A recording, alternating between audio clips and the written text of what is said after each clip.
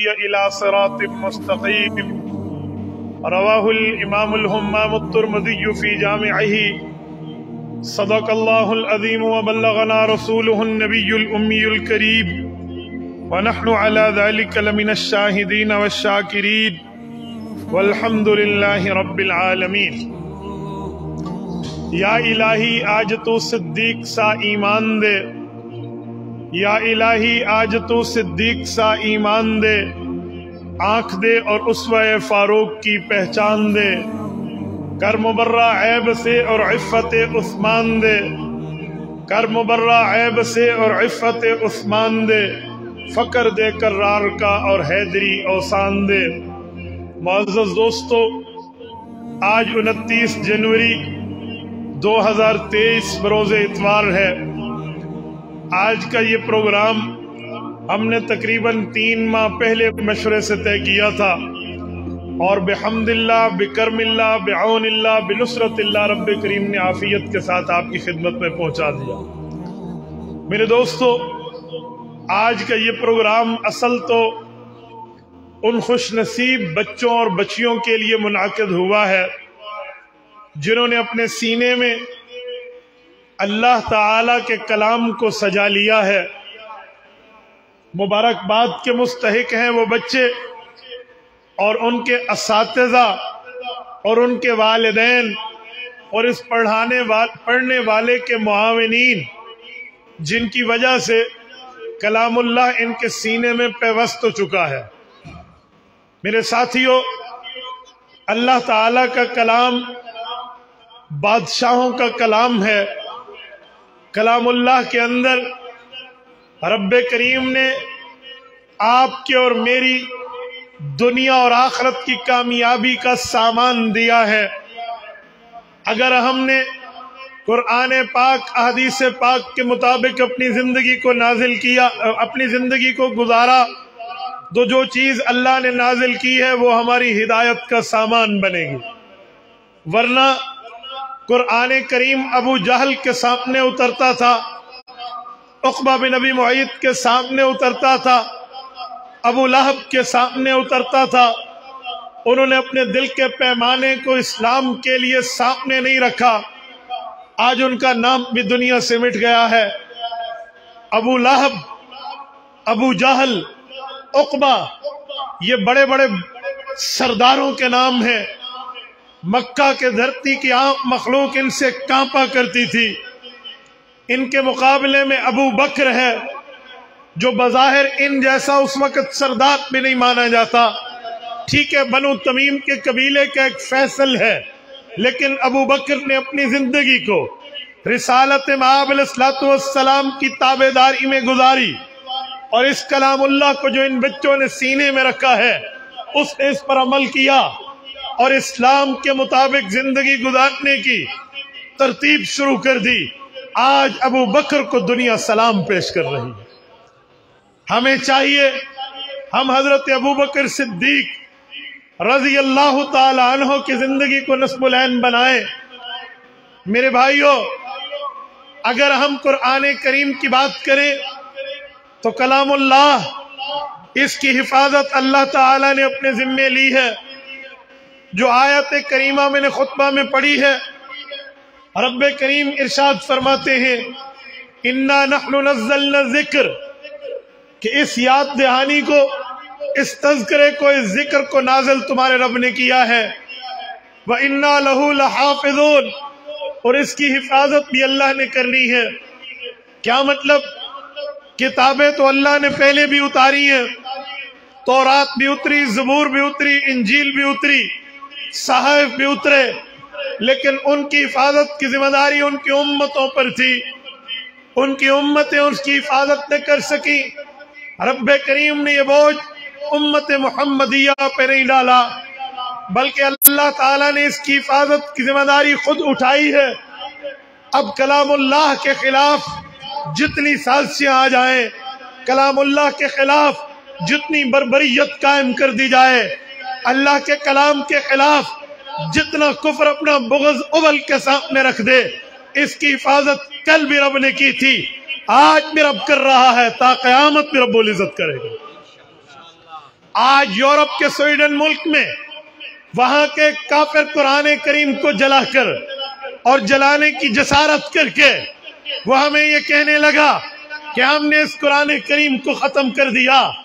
میں آج نوشہرہ کی سرزمین سے اس میڈیا کے ذریعے عالم کفر کو مخاطب ہو کے کہنا چاہتا ہوں، اور تم میں وہ جرت نہیں ہے تم خدائی اتھارٹی کو چیلنج کر سکو، تم میں وہ ہمت موجود نہیں ہے تم اللہ کی خدائی کے مقابلہ کر سکو۔ اس کی حفاظت میرے خالق نے اپنے ذمے لی ہے۔ تمہاری نسلیں مٹ جائیں گی، قرآن زندہ و تابندہ رہے گا۔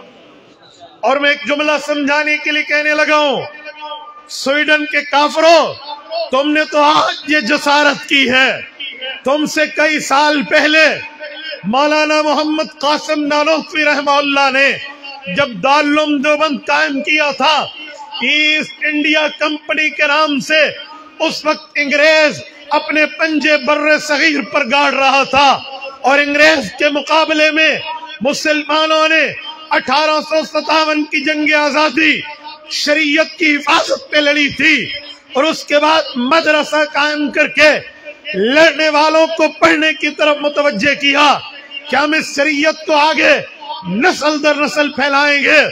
تو انگریزوں نے کلام اللہ کے نسخے اکٹھے کرانا شروع کیے، جہاں مصحف ملتا، قرآن کریم کی کتاب ملتی، وہ اس کو جمع کرتے، یا تو نظر آتش کرتے یا بالکل دریا برد کر دیتے کہ ہم پانیوں میں جا کے ڈال دیں گے۔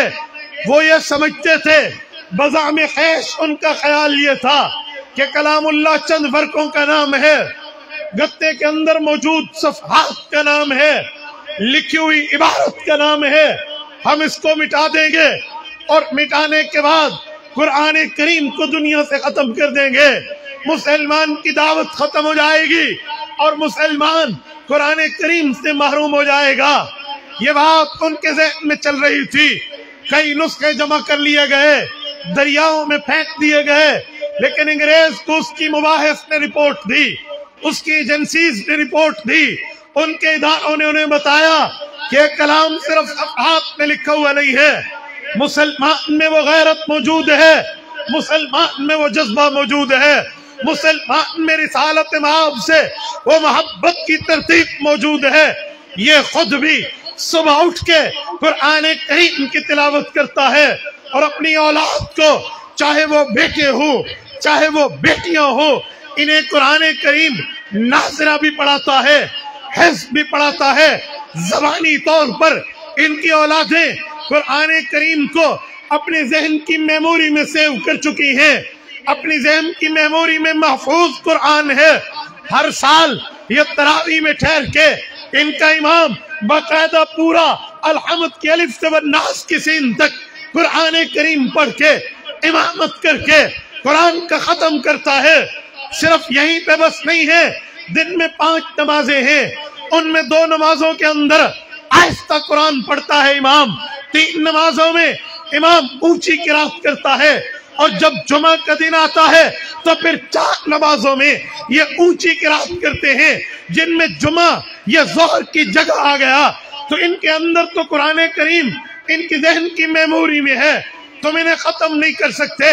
انگریز نے کمیٹی بنائی، دارالعلوم دیوبند میں آئے، وزٹ کیا، حفظ کی کلاسز کو دیکھا، قاری کو پڑھاتے دیکھا، طلبہ کو پڑھتے دیکھا، اسٹوڈنٹس کو یاد کرتے دیکھا، تو انہوں نے کہا واقعی جو ہمیں رپورٹ ملی ہے، جو بات ہمارے سامنے لائی گئی ہے، یہ تو واقعی حقیقت کی تصویر دار چکی ہے۔ انہوں نے تو قرآن کریم کو حفظ کر لیا ہے، ہم کتنے مصحف ختم کریں گے، کتنے نسخے ختم کریں گے، کتنے صفحات کو نظر آتش کریں گے، کتنی کتابی شکل میں قرآن کو دریاؤں کے حوالے کریں گے۔ ان نے جا کر اپنے رؤساء کو بتایا یہ کام ہمارا نہیں ہے، انگریز نے ضبط کرتا نسخے واپس کر دیے، جو ان کی لائبریریوں میں محفوظ تھے یہ ان کو واپس کر دیے۔ میں نے کہا سویڈن کے کافروں، تمہارے باپ انگریز نے آج سے 1.5 صدی پہلے بھی کلام اللہ کی حفظ کی ترتیب پہ اس نے اپنے گھٹنے جھکائے تھے، رب تمہیں بھی ذلیل کرے۔ آپ کیا سمجھتے ہو کہ قرآن کریم کے چند نسخوں کو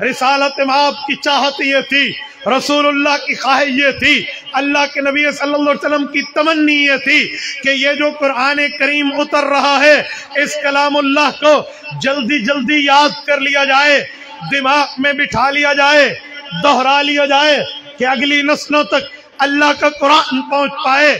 جو بعد والے لوگ آئیں گے ان تک اللہ کا کلام پہنچنا چاہیے، اس لیے اس کے یاد کرنے میں تیزی دکھانی چاہیے، اس کے یاد کرنے میں پھرتی دکھانی چاہیے، اس کو حفظ کرنے میں جلدی کرنی چاہیے۔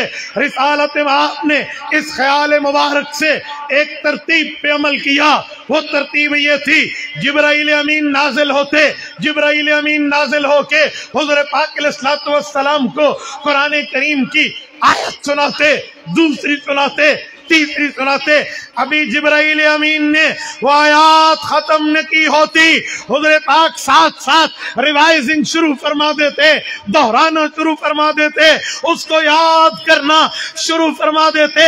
ابھی جبرائیل پڑھ رہا ہوتا، حضور پاک بھی پڑھنا شروع کر دیتے، اس کے اختتام کا انتظار نہ فرماتے۔ یہ ترتیب رسول اللہ نے رکھی، رب کریم نے اعلان فرمایا لا تحرک بہ لسانک، محبوبم اس ترتیب پہ عمل نہ کیجئے، آپ جبرائیل کو پڑھنے دیجئے، جب وہ پڑھ لے اس کے بعد آپ یاد کریں، اس کے دوران نہ کریں۔ اب سوال اٹھتا ہے، اللہ میں بغیر وجہ کے یہ کام نہیں کر رہا، بغیر سبب کے نہیں کر رہا، اس کی وجہ، ریزن، سبب، بنیاد، بیس یہ ہے، میں چاہتا ہوں یہ باتیں، یہ کلام، یہ اللہ کی کتاب کی عبارت اگلی نسلوں تک پہنچے۔ اللہ نے جواب دیا لِتَعْجَلَ بِهِ، یہ لام تعلیلیہ ہے، اس لفظ کے اندر اللہ نے پوری تصویر میں جو ہڈن پکچر ہے، جس کو کہتے ہیں دفع دخل مقدر، اس چھپے ہوئے اعتراض کو رب کریم نے جواب میں واضح کیا لِتَعْجَلَ بِهِ۔ محبوب مصطفیٰ ہم اس بات سے واقف ہیں، آپ یہ بات کسی وجہ کی بنیاد پہ کرتے ہیں، کسی بنیاد کی وجہ سے آپ نے پڑھا، لیکن اگر آپ کی بنیاد یہ ہے اگلی نسلوں تک قرآن جائے گا کیسے، اگلی قوموں تک قرآن پہنچے گا کیسے؟ لِتَعْجَلَ بِهِ، اس کے لیے تھوڑی پھرتی، تھوڑی تیزی، تھوڑی جلدی دکھانی چاہیے۔ محبوبم فکر مت کیجئے، اِنَّ عَلَيْنَا جَمْعَهُ وَقُرْآنَ، یہ کلام جمع کیسے ہوتا ہے، اگلی نسلوں تک پہنچتا کیسے ہے، یہ آپ کے اللہ کی ذمہ داری۔ یہ جو اللہ نے اپنی ذمہ داری، یہ میری ذمہ داری، اِنَّ عَلَيْنَا جمع کی بات کی، جمع ہو اکٹھا کیسے ہوتا ہے، وہ قرآن اس کو پڑھایا کیسے جائے گا، دس از آور ریسپانسبلٹی، یہ ہماری ذمہ داری ہے، آپ فکر مت کیجیے۔ جب رسالت مآب علیہ السلام پر یہ آیت اتری ہے، سنو سنو، رسالت مآب نے اس میں جلدی کرنا چھوڑ دیا۔ کیوں؟ محبوب مصطفیٰ کو تسلی ہو گئی، اللہ نے ذمہ داری اٹھا لی ہے۔ ان بچوں کے ماں باپ کے ذہن میں حضور پاک کی تمنا اور اللہ کو ذمہ داری جو تھی پوری کرنے کے لیے اپنی اولاد کو دینے کا جذبہ تھا، تبھی انہوں نے اپنی اولاد دی۔ اے کاش میں آپ تک یہ بات کنوے کر پایا ہوں، سمجھا پایا ہوں کہ میں کہنا کیا چاہتا ہوں۔ ان کے ماں باپ کے سینے میں وہ جذبہ تھا کہ جو میرے نبی کے دل میں ابھرا، اگلی نسلوں تک جائے گا کیسے، حفاظت اللہ نے ذمہ داری لے لی، تو ذمہ داری اللہ بندوں کے ذریعے پوری کرے گا، تو ان بندوں میں ان کے ماں باپ نے کہا ہماری اولاد بھی شامل ہو۔ بس کہنے کا مطلب یہ ہے۔ تو میرے دوستو، اگر آپ اور ہم اس جذبے کو سامنے رکھ کے بیٹھے ہیں کہ ہمارے ذہنوں میں، ہمارے دلوں میں، ہمارے دماغ میں، ہماری سوچ میں، ہماری فہم میں، ہماری فراست میں، ہماری خرد میں یہ بات پنہا ہے کہ کل قیامت میں ہم نے رسالت مآب علیہ السلام کی سفارش لینی ہے، کیونکہ حدیث پاک ہے شفاعتی لأہل الکبائر۔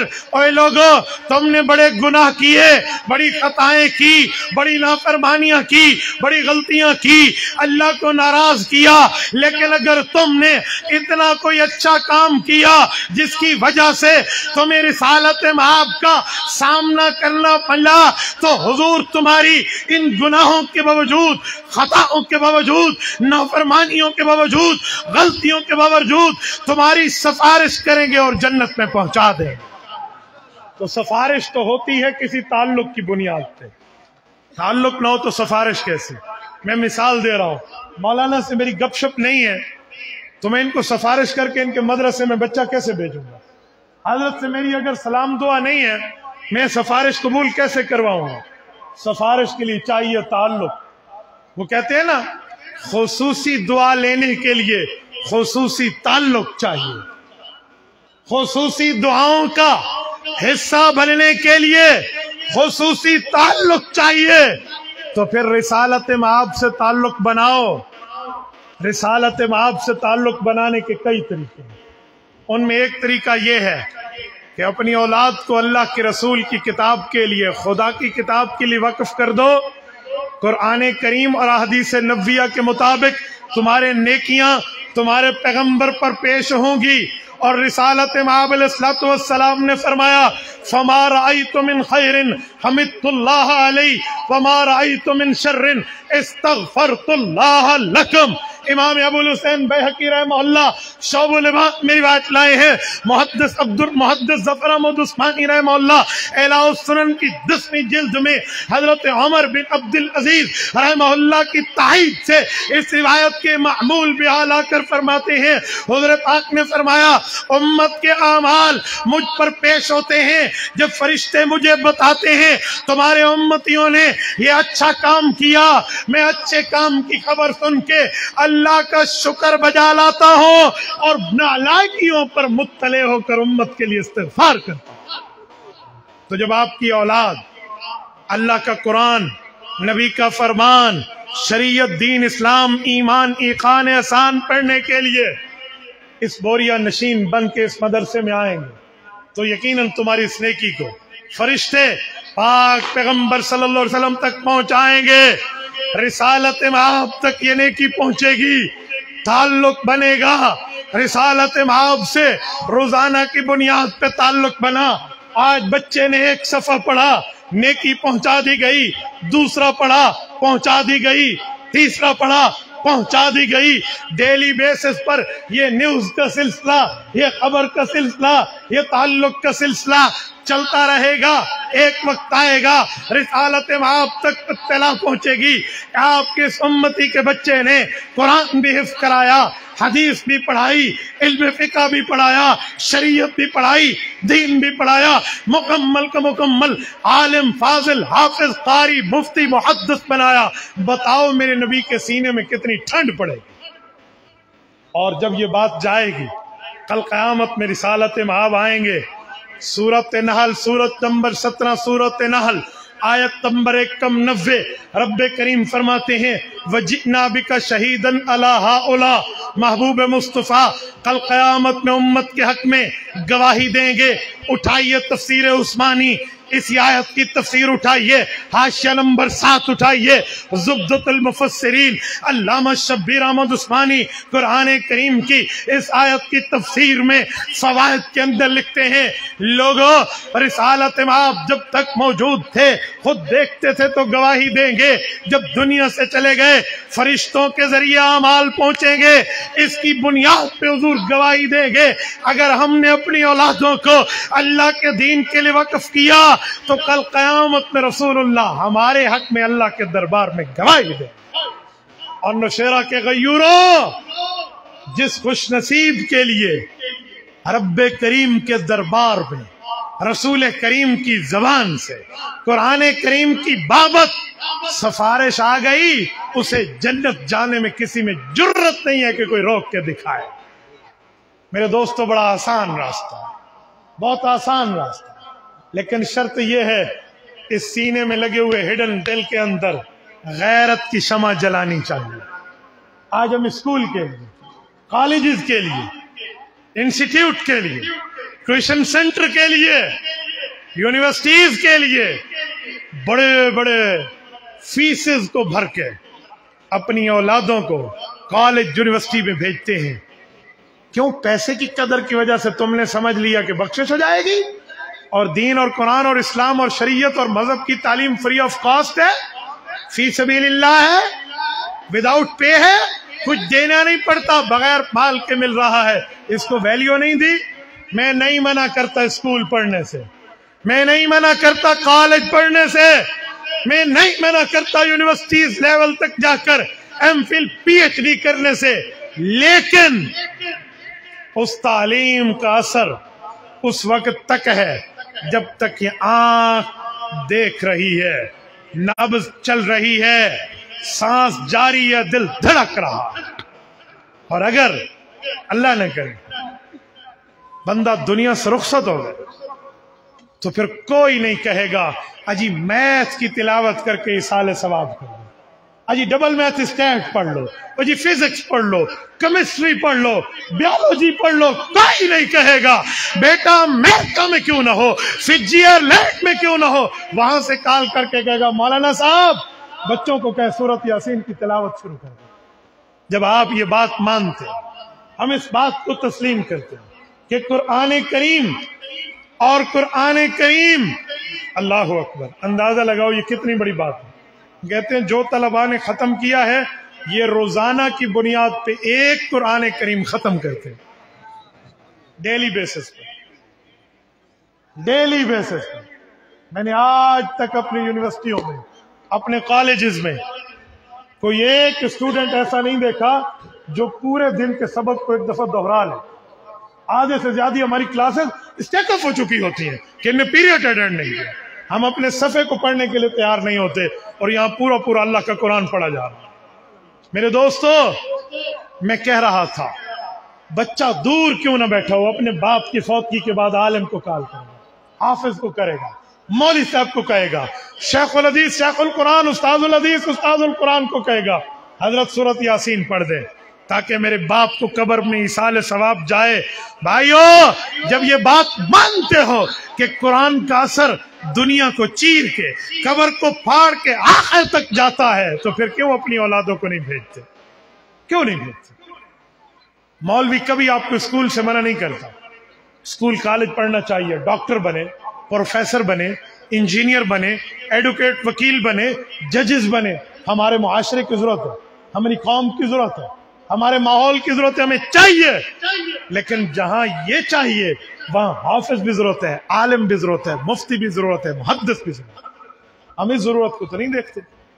نوشہرہ والوں، میں نے تو آج تک یہ بات دیکھی ہے، میں پورا پاکستان پھرتا ہوں، میں ہر گلی گلی چوک چوراہے میں یوں جاتا ہوں، میں نے دیکھا ہے، مجھے تو نہیں ملی یہ چیز، پتہ نہیں آپ کو ملی ہو تو مجمع سے کوئی اٹھ کے مجھے بتا دے، میں شکریہ کے ساتھ اس کی بات کو مان لوں۔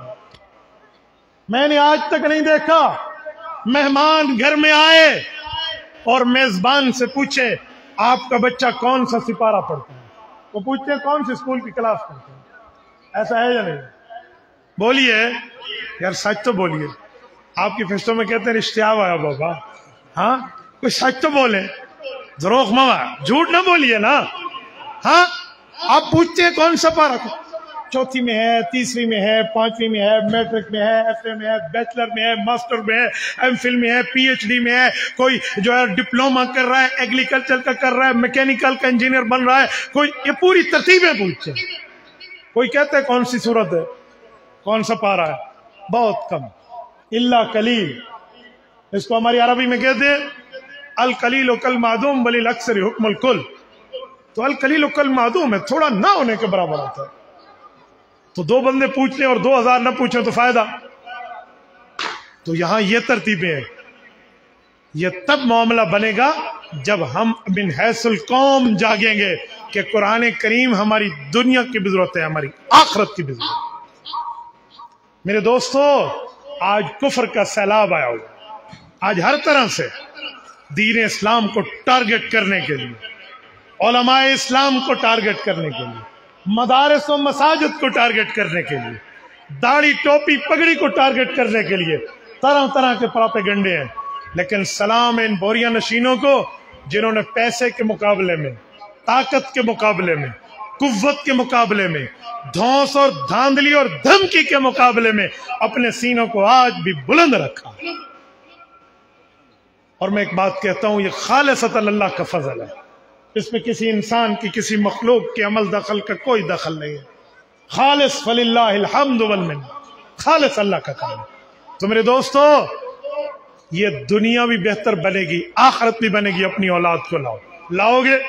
اس کے بعد میں آپ سے وعدہ لیتا ہوں، اگر آپ کو میری بات کے ساتھ اتفاق ہے، آپ میری گفتگو کے ساتھ ایگری کرتے ہیں کہ ہم اپنی اولادوں کو دین اسلام پڑھائیں گے، تو ہاتھ کھڑا کر کے آپ تائید کیجیے۔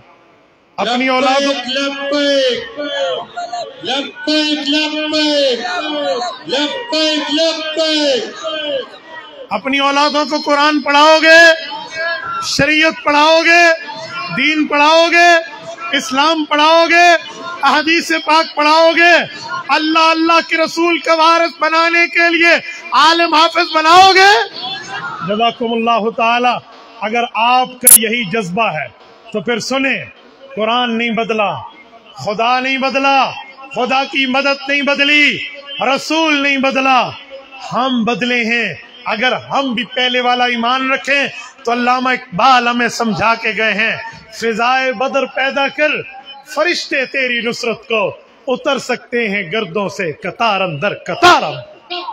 ہم یہ معاملے میں بدل سکتے ہیں، ہم چینج لا سکتے ہیں، ہم معاملے میں ٹھیک طرح کی بات لا سکتے ہیں، یہ تب ہے۔ اور سنیں، میں ایک بات سمجھانے کے طور پہ کہتا ہوں، میرے دوستو، آج عالم کو لوگوں نے گالی بنایا ہے، کوئی عالم کو کیا کہتا ہے، کوئی کیا کہتا ہے، لیکن مولوی سے بڑھ کے پرامن آپ کو نہیں ملے۔ کم سے کم تنخواہ پر گزارا اس دھرتی پہ، مزدور سے بھی کم تنخواہ ہے مہینے کی تو وہ مولوی کی، وہ اس میں بھی گزارا کرتا ہے۔ آپ کسی حافظ اور عالم سے پوچھ لیں، کبھی بھی آپ کو نہیں نظر آئے گا کہ ہماری تنخواہیں بڑھا دو ورنہ اس دفعہ ہم ظہر کی نماز نہیں پڑھائیں گے۔ ہے 2 دن نمازوں کی اسٹرائک ہے، بھائی چھٹی ہے، احتجاج ہے، اب نماز نہیں پڑھائیں گے، مجھے کوئی مولوی دکھا دو نہ بابا۔ اور میں تمہیں اپنی یونیورسٹیوں میں، اپنے کالجز میں لائنیں دکھا سکتا ہوں کہ ہماری تنخواہیں بڑھاؤ، کبھی ڈاکٹروں کی ہڑتال ہے، کبھی پروفیسروں کی ہڑتال۔ عالم کم مشاہرے میں اللہ کے دین کی خدمت کے لیے خود کو وقف کیے ہوئے ہیں، لیکن ہمارے یہاں ایسا کچھ بھی نہیں ہے کہ ہم اس کی قدر کر سکے۔ اور سنیں، عالم دین میں نے نہیں دیکھا کہ کسی دہشت گردی میں ملوث ہو، کسی بدامنی میں ملوث ہو، کسی کرپشن میں ملوث ہو، کسی 2 نمبری میں ملوث ہو، کسی بدعنوانی میں ملوث ہو، کسی بددیانتی میں ملوث ہو۔ جی نہیں، عالم دین 100% دین پہ عمل کر کے چل رہا ہے، اس کے باوجود بھی نشانہ ہمیں۔ میں ایک اور مثال آپ کو دیتا ہوں، ہم مدرسے میں ہوں ہم تب بھی پرامن، ہم روڈ پہ آئے ہم تب بھی پرامن۔ میں اس کے لیے دلیل رکھتا ہوں، آج تک 75 سال ہوئے ہیں میرے وطن عزیز کو بنے ہوئے، ملک پاکستان کو اللہ اس کو سلامت رکھے، معرض وجود میں آئے میرے اس ملک کو سلطنت خداداد مملکت پاکستان کو بنے 75 سال، پون صدی ہونے کو ہے، ہم پلاٹینیم جبلی منا چکے ہیں۔ اس کے باوجود بھی میں نے نہیں دیکھا کہ کوئی جلوس نکالے، کوئی جلسہ کرے، کوئی دھرنا کرے، کوئی مارچ کرے اور وہ فساد کے بغیر ختم ہو۔ میں نے نہیں، فساد نہ ہو، دھنگا نہ ہو، لڑائی نہ ہو، فائرنگ نہ ہو، اللہ نہ کرے بم دھماکہ نہ ہو، کچھ میں نے نہیں دیکھا۔ یا یہ نہ ہو تو روڈ پر کسی کی دکان بچے، بہت مشکل ہے، کوئی شیشہ بچے دکان کا، بہت مشکل ہے، کوئی روڈ کے گملے بچے، بہت مشکل ہے۔ ایمبولینسز میں یوں ایڑیاں رگڑ رگڑ کے مریض مر جاتا، پروٹوکول ایک وزیر کا ہے، بابا ہم راستہ نہیں دیں گے، یہاں یہ حال ہے، ہسپتال تک نہیں پہنچنے دیا جاتا۔ یہ ہر جلوس کا کام ہے، ہر جلسے کا کام ہے، جتنا بڑا پروٹیسٹ ہوتا ہے وہ یہی ہے، وہاں یہی کام ہو۔ لیکن اس پورے 75 سالوں میں 75 ایئر اور بات کر رہا ہوں، پرانے 75 سالوں میں ایک بھی دھرنا آپ کو، ایک بھی مارچ آپ کو حضرت قائد ملت اسلامیہ مولانا فضل الرحمان دامت برکاتہم کی قیادت میں جمعیت علماء اسلام کے تحت آزادی مارچ کا قافلہ کراچی کے ساحلوں سے لے کر اسلام آباد کے چوٹیوں تک آیا، لاکھوں بندے آئے، 1500 کلومیٹر کا بائی روڈ سفر پورا کیا ہے۔ مجھے دکھائیں ایک دکان کا شیشہ ٹوٹا، ٹوٹا ہے بولتے نہیں ہے. اب بھی تو رشتے آیا نا, اب بھی تو سچ بولنا چاہیے. ٹوٹا ہے کسی دکان کا شیشہ, کوئی ایک روڈ کا گملہ ٹوٹا ہے, ایمبولینس کو بھی راستہ دیا جا رہا تھا, مریض بھی جا رہا. اس سے بڑا مولوی پرامن آپ کہاں سے لائیں؟ اس سے بڑا امن کی بات کے معاملے میں علم بردار آپ کہاں سے لائیں؟ مولوی مدرسے میں ہو تب بھی پرامن, روڈ پہ آئے تب بھی پرامن. تو مولوی تو پرامن ہے, تو کوئی دہشت گرد نہیں ہے. آپ کے دماغ میں کسی نے ڈالا ہوگا. حضرت تھانوی رحمت اللہ تعالی علیہ کا ملفوظ مجھے یاد آیا. حضرت فرماتے ہیں مجھ سے کسی نے کہا کہ نمازیوں کی جوتیاں چوری ہونا شروع ہو گئی ہیں. تو میں نے کہا جی ہاں چور آئے ہوں گے. تو وہ کہنے لگے نہیں نہیں, نمازی جوتے چور ہو گئے ہیں اسی لیے جوتیاں چوری ہوتی ہیں. حضرت تھانوی نے فرمایا جی نہیں, ان الصلاۃ تنہی عن الفحشاء, نماز تو گناہوں سے, بے حیائی کی باتوں سے, برے کاموں سے روکتی ہے. تو نمازی جوتے چور نہیں ہو سکتا. ہاں ہاں یہ ہو سکتا ہے کہ چوروں نے نمازیوں کی شکل اختیار کر لی. ہاں کوئی بد امن ہوگا تو ہو سکتا ہے اس نے سر پہ پگڑی منہ پہ داڑھی رکھ کے مولوی کو بدنام کرنے کے لیے کوئی کام کیا ہو, لیکن اوریجنل مولوی کا آپ کو یہ کام نظر نہیں آ رہا. کوئی مولوی کو بدنام کرنے کے لیے کر لے, نو ایشو. اگر کسی کا دکا مدرسے اور مسجد میں ہو جائے تو اس کا مطلب یہ تھوڑی ہے کہ سارے دہشت گرد ہیں. ہاں اگر یہی بات ہے تو کچھ دنوں پہلے لاہور کے امریکن کالج میں 3 لڑکیاں ایک بچی پر بیٹھ کے اسے گھونسے مار رہی ہیں. تو میں کہہ دوں پورے پاکستان کی ساری لڑکیاں 2 نمبر ہیں جو کالجوں میں پڑھتی ہیں. کوئی مانے گا, کوئی عقل مند اس کو ایکسپٹ کرے گا؟ لوگ کہیں گے جی نہیں, ایک جگہ کی غلطی کو آپ سب جگہ کی غلطی نہیں کہہ سکتے. تو بھائیوں کو اکا دکا غلطی ہے تو آپ مولویوں کو کہنے کے لیے کیوں بیٹھے ہوئے ہیں؟ جب میں کالج یونیورسٹی کا احترام کرتا ہوں, میں اس تعلیم کی اہمیت کو تسلیم کرتا ہوں, تو میرے مدرسے, میری مسجد, میرے نصاب کو تسلیم کیوں نہیں کیا جاتا؟ تو میرے دوستو, میں آپ سے اسی لیے یہ چند درد دل کی باتیں لے کر اجازت چاہ رہا ہوں کہ ہم انشاءاللہ خود بھی اور اپنی اولادوں کو جان, مال, وقت, اولاد کے ساتھ اس قرآن کی حفاظت کریں گے. کرو گے انشاءاللہ؟ اقول قولی ھذا واستغفر اللہ وآخر دعوانا